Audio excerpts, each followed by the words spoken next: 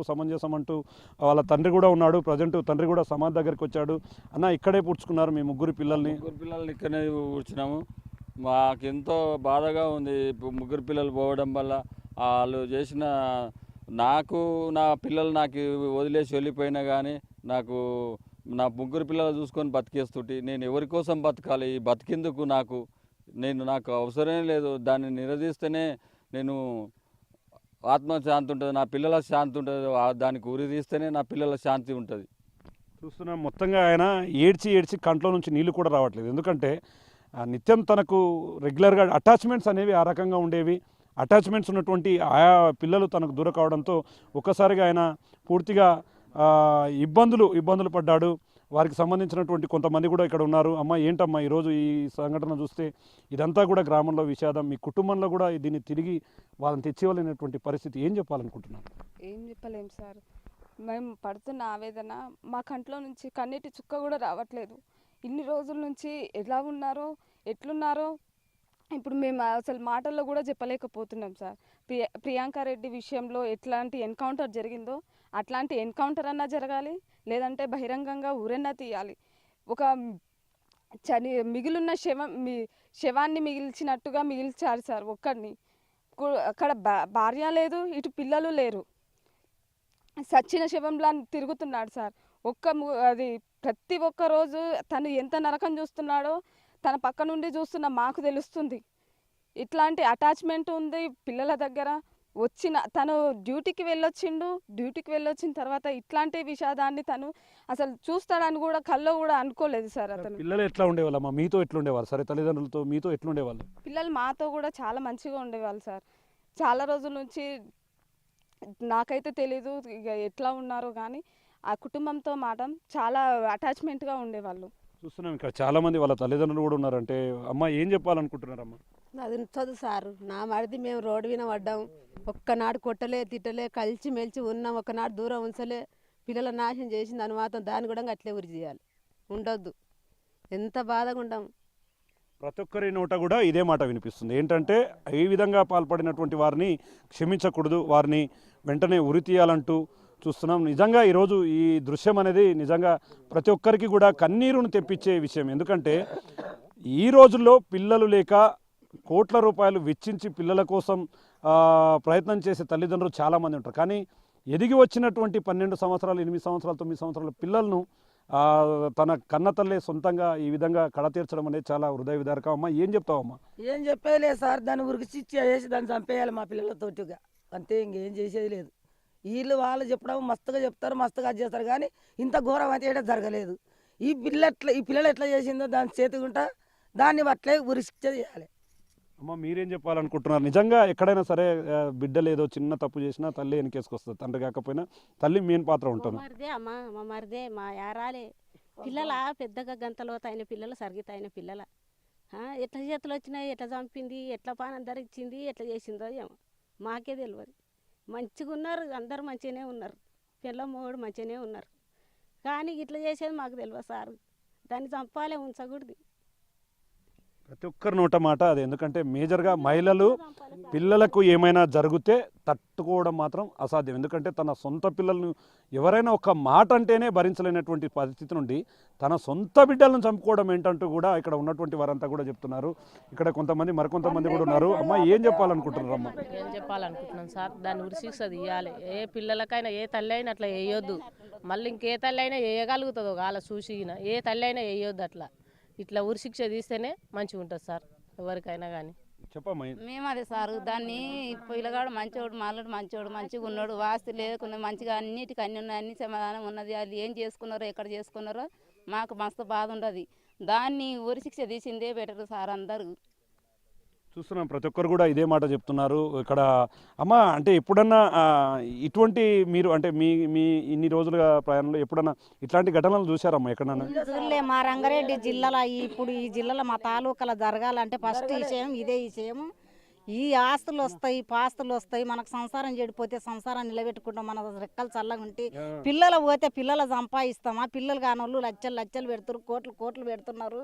నా బిడ్డ పెళ్ళి అయ్యి 2 సంవత్సరాలు అవుతుంది. 2 సంవత్సరాలకు మేము లక్షలు పెడుతున్నాం, వేలు పెడుతున్నాం. నా బిడ్డలకు 2 సంవత్సరాలకే తల్లడి నేను మస్తు పైసలు పోస్తున్నా.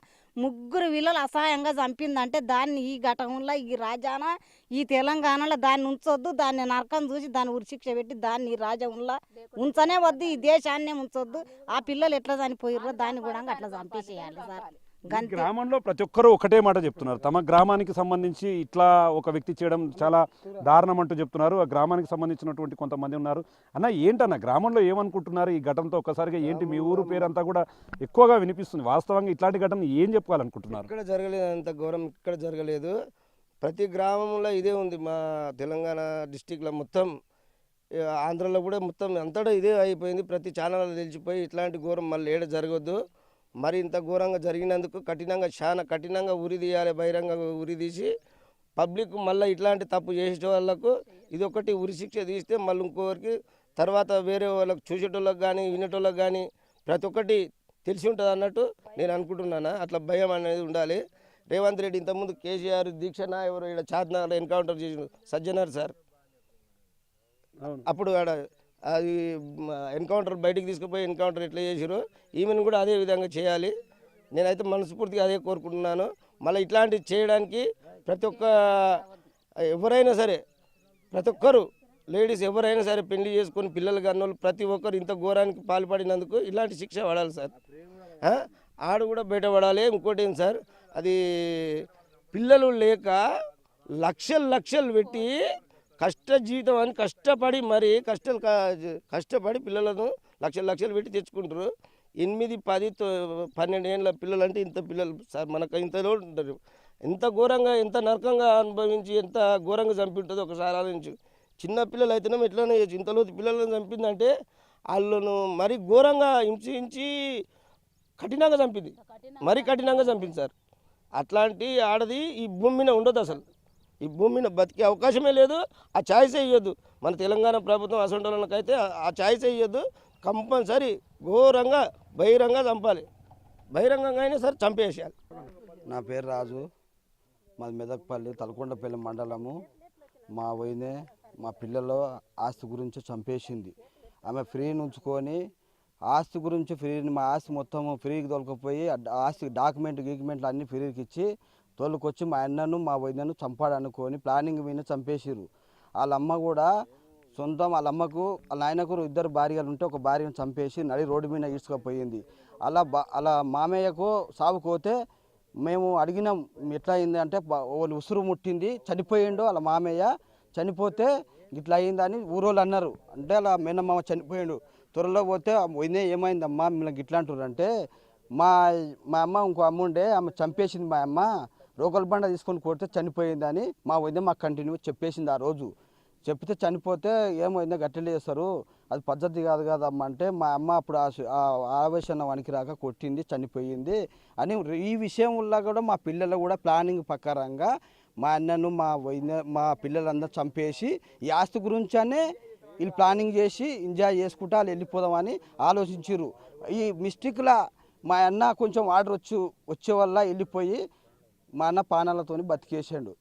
బతికి ఇప్పుడు మా వదిన ఏం లేదు చంపేసాడు ఇద్దరిని. ఆ ఫ్రీని చంపేయాడే మా వదిన చంపేశాడు. ఇద్దరిని చంపేస్తే ఏ పిల్లలను బాధ నరకం ఎంత ఆవేశంగా చేసిరు. తండాడి ఇప్పుడు ఈ పొద్దుగాల న్యూస్లా మొత్తము ఉరి తువ్వాల తీసుకొని పిసికి చంపేసిందంట పిల్లలు చనిపోకుంటే. అట్టోటి ఆడి పిల్ల జీవితంలో తెలంగాణలో ఉండొద్దు. అట్టోటి ఆడిది 10 మంది భయంకరంగా చంపేసేయాలి. ఇట్లోటి ఉండొద్దు. ఇట్లోటి ఆడపిల్ల ఒక మగపిల్ల కానీ ఒక ఆడపిల్ల అలాంటి పని చేస్తా అంటే భయం అన్నని ఉండాలి. ఈ జీవితం సమాజం ఎట్లా అవుతుంది? కేసీఆర్ ప్రభుత్వంలా మన ఇక చార్మినార్ రోడ్లో ప్రియాంకన ఆమె చంపినప్పుడు ఎట్లా చేసి రేపు చేసి చంపితే ఎట్లా ఎన్కౌంటర్ చేసిరో ఈమెను కూడా ఇద్దరిని ఎన్కౌంటర్ చేసి చంపేయడని మా మనసు పూర్తి చెప్తున్నాము. ఆమెను ఉండొద్దు, ప్రియ ఉండొద్దు, ఆమె ఉండొద్దు, ఇద్దరు కథం చంపేయడని ఉరిశిక్ష చేసేసి అయిపోయాడు. ఇంత దారుణమైన ఘటన దేశంలో ఇప్పుడు ఇంతకుముందు ఎక్కడా కూడా చోటు చేసుకోలేదు. అది తమ గ్రామంలో చోటు చేసుకోవడం ఇదెంతో మహిళలకంతా కూడా గౌరవాన్ని దిగజార్చే విధంగా ఉంది. కన్న తల్లుల మీద నమ్మకం కోల్పోయే పరిస్థితులు దాపరిస్తున్నాయి. అట్లాంటి వ్యక్తి సమాజంలో బతకకూడదు అంటూ కూడా మహిళలంతా ఏకతాటి మీద చెప్తున్నారు. ఏదేమైనప్పటికీ తనకు ఇష్టం ఉంటే తన ప్రియుడితో కలిసి వెళ్ళిపోవాలి, కానీ తన పిల్లలను దూరం చేసేది కాకూడదు. తన ఆస్తి కోసమే ఇదంతా చేసింది. ఇంత జరిగి ఈరోజు వారిని అరెస్టు చేసినా కూడా వాళ్ళ కుటుంబ సభ్యులంతా కూడా ఈ ఆస్తిపాస్తులంతా కూడా తమ బిడ్డవేనని చెప్తూ రెగ్యులర్గా తమతో టచ్లోకి రావడం ఎంతవరకు సమంజసం అంటూ కూడా ఇక్కడ ఉన్నటువంటి వారంతా కూడా గగ్గోలు పెడుతున్నటువంటి పరిస్థితి. ఖచ్చితంగా దీని మీద యాక్షన్ ఉండాలి. వారిని కఠినమైన చర్యలు తీసుకోవాలి. ఎవరైతే ప్రియుడు ఈమె ఉన్నారో వీరిద్దరిపైన కూడా పూర్తి స్థాయిలో శిక్షలు వేస్తూ పూర్తిగా వారిను శిక్షలు వేస్తే తప్ప అది ఊరుకునేది లేదంటూ కూడా ఇక్కడ ఉన్నటువంటి వారి కుటుంబ సభ్యులు చెప్తున్నటువంటి పరిస్థితి కనిపిస్తుంది. ఓవరాల్గా మెదక్పల్లి గ్రామంలో అయితే విషాద ఛాయలతో పాటు వారి కుటుంబ సభ్యులంతా కూడా ఆవేదన పడుతున్నటువంటి పరిస్థితులంతా కూడా గ్రామంలో చోటు చేసుకున్నటువంటి పరిస్థితి ఇక్కడ కనిపిస్తుంది.